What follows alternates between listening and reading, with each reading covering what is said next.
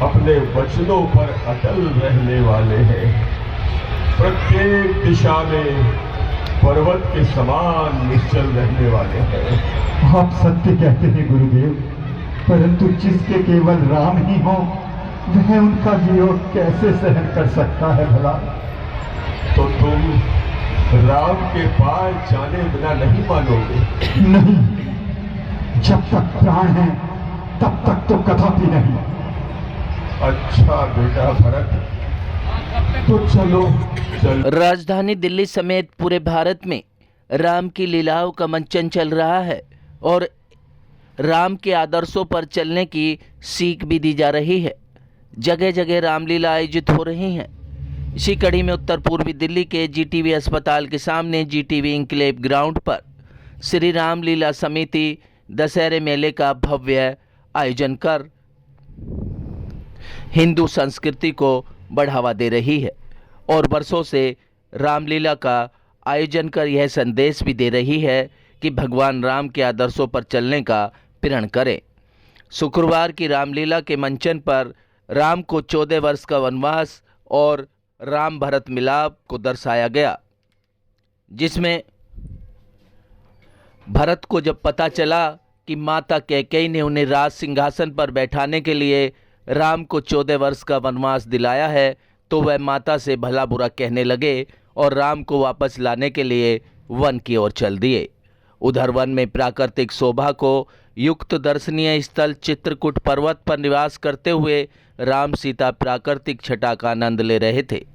सहसा उन्हें चतुर्णी सेना का कोलाहल सुनाई दिया और वन्य पशु इधर उधर भागते हुए भी दिखाई दिए। यह देखकर राम लक्ष्मण से बोले, ऐसा प्रतीत होता है कि इस वन प्रदेश में वन्य पशुओं के आखेट हेतु किसी राजा या राजकुमार का आगमन हुआ है। तुम जाकर इसका पता लगाओ। क्या कुछ इस मंचन पर दर्शाया गया, देखिए हमारी ये खास रिपोर्ट।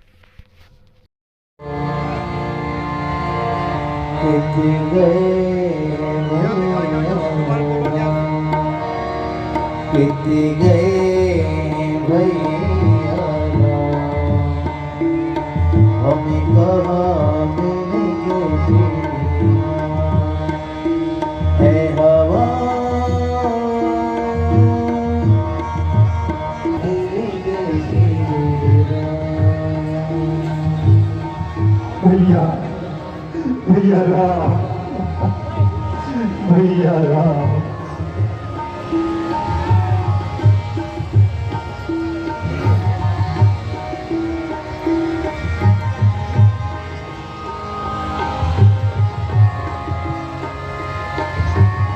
भैया राम कित गए भैया राम, है हवा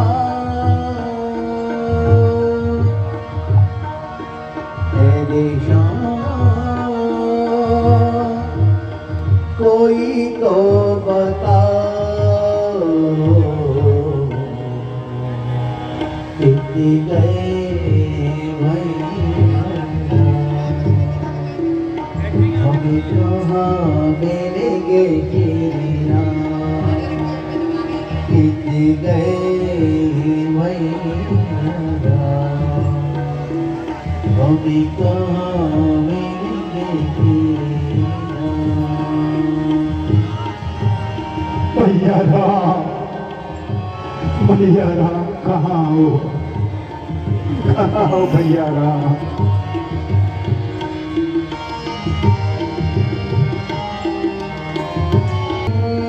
चरण से क्या विरोध हुआ है, भरत से कौन सी भूल हुई, चरण से किन पापों का दंड मिला है, किन पापों का दंड मेरा है मेरा मेरा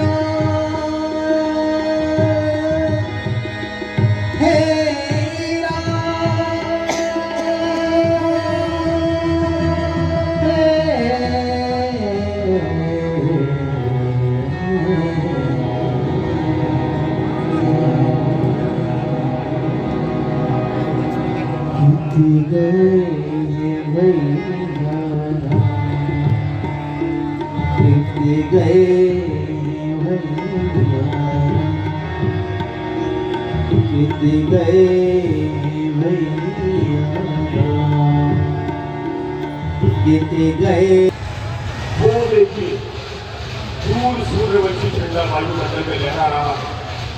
ऐसा प्रतीत होता है भारत सेना लेकर आ रहा है। अगर छोटी बात भारत से भेंट नहीं हो पाएगी, एक बार उसे भी देखिए। ऐसी बात नहीं है भैया। सुनाहु काट तुम शील सुबाहो, जगत कवच छल छिद्र न जाओ। यद्यपि भरत परम अनुरागी, लोक विवश भरमत जग त्यागी। स्वार्थ महालंबन जग माही, शत्रु मित्र कछु जानत नाही। नागे पुत्र नाम कोई सोई, एकई पुत्र सरल कही होई। रक्षा करो, रक्षा, हे स्वामी रक्षा। पाही नाथ कही पाही गोसाई, भूतल परेल कुट की नाई। बचने सब कही लखन पहचाने, करत प्रणाम भरत दिए जाने। बंधु स्नेह सरस नहीं और, उत्साही सेवा बस जोरा।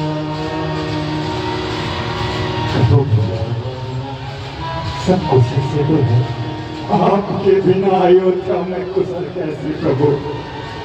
आपके बनाने से सभी व्याकुल हैं, और पिताजी ने तो आपके वियोग में प्राण ही त्याग दिए भैया। क्या पिताजी ने हमको छोड़कर चले गए? ये सब अब अयोध्या बेसहारा हो गई। ओ भाग्य चक्र, ये तुमने घर डला ही डाला। एक ही सहारा, वो भी मिटा डाला। रघुकुल में चल रहा था एक दीप टिमटिमाता, आंधी ने मौत की कीमत बुझा ही डाला।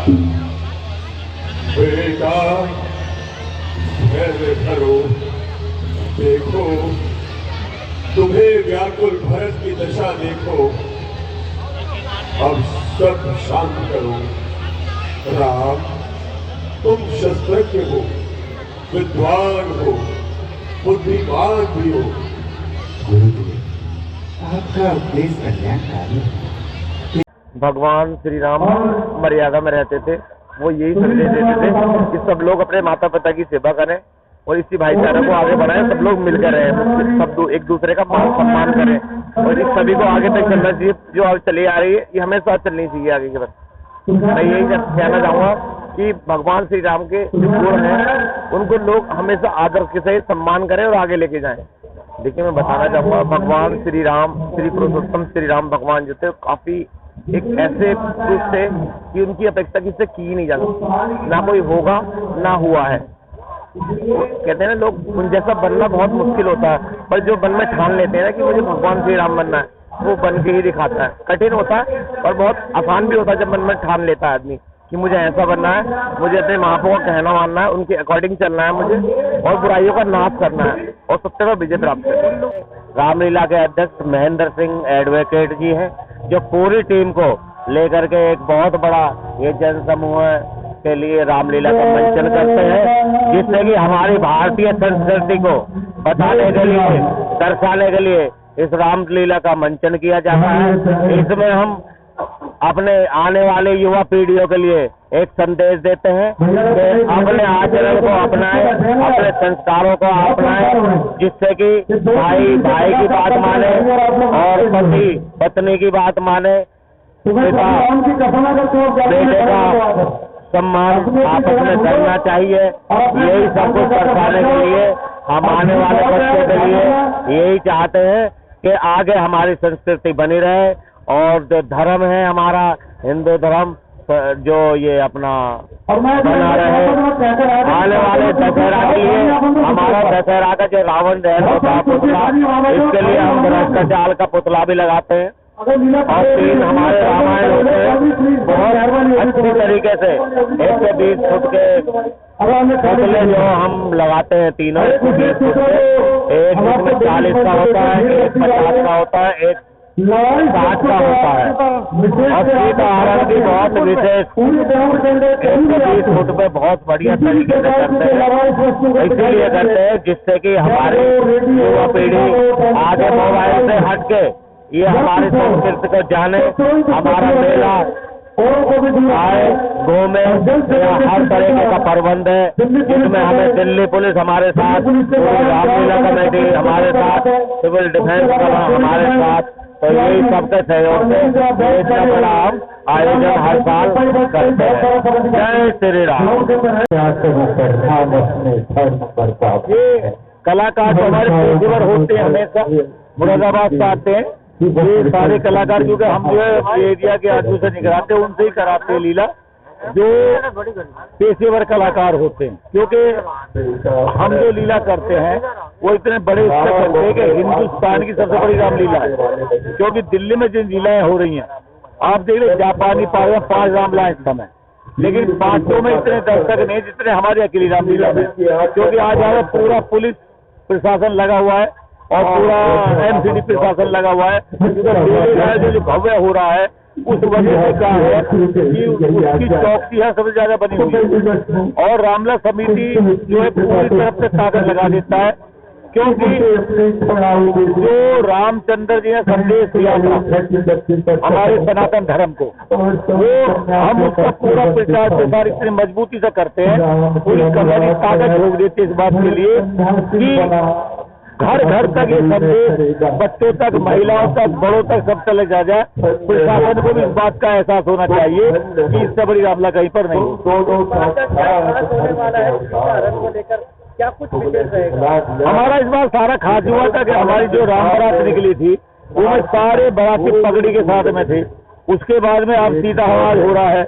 हमारी जो माँ सीता का स्वयंवर हुआ था, हमने शादी भी उसी तरीके से करी जैसे लोग अपने बेटा बेटी की शादी करते हैं, रिवॉल्विंग पे करते हैं, स्टेज पे करते हैं। बिल्कुल हम वही कोशिश करते हैं कि जो समाज के अंदर सामाजिक लोग करते हैं हम उससे हट के कुछ भी नहीं करते। कितनी ऊंचाई और क्या? ये हमारा ये पहले से, क्योंकि जब रामचंद्र जी वनवास में थे और माँ सीता का अपहरण हुआ तो रावण उसको पुष्प विमान से ले गए थे और जब ले जा रहे थे तो रास्ते में जटायु लड़ा। जटायु एक पक्षी होता है, वो आसमान में लड़ा, इसलिए हम वो लीला दिखाते कि जटायु और रावण का युद्ध आसमान में दिखाते हैं। इस बार के जो हमारी ऊंचाई है पुष्प विमान की वो 120 फुट की ऊंचाई। वैद्य बाबूराम वर्मा, 15 सालों का इलाज का भरोसा। हमारे यहाँ आयुर्वेदिक औषधियों के द्वारा सभी बीमारियों का सुविधाजनक इलाज किया जाता है, जैसे खांसी, सांस, दमा, बुखार, टाइफाइड, मलेरिया, पीलिया, बवासीर, शुगर, हेपेटाइटिस, खूनी बवासीर, पिरमे, श्वसन दोष, लघु शंका आदि का इलाज आयुर्वेदिक पद्धति द्वारा किया जाता है। इसके अलावा सभी बीमारियों की जांच भी तसल्ली बख्श की जाती है, जैसे अल्ट्रासाउंड, एक्सरे, ईसीजी, रक्त, मलमूत्र, वीर्य की जांच इत्यादि। हमारे यहाँ दिल्ली सरकार द्वारा टीकाकरण, टीबी का इलाज व जांच मुफ्त की जाती है। हमारा पता है वैद्य बाबूराम वर्मा, चैरिटेबल सोसाइटी, 329 गली number 9, Mandoli extension, near Nand Nagri bus depot के सामने, दिल्ली 93। आप हमारे नंबरों पर भी संपर्क कर सकते हैं। हमारे फ़ोन नंबर हैं 9213329205, 9211478312, 9910418312। आप हमारे चैनल पर भी दिए गए नंबरों पर भी संपर्क कर सकते हैं। हमारा फ़ोन नंबर है 8506973234।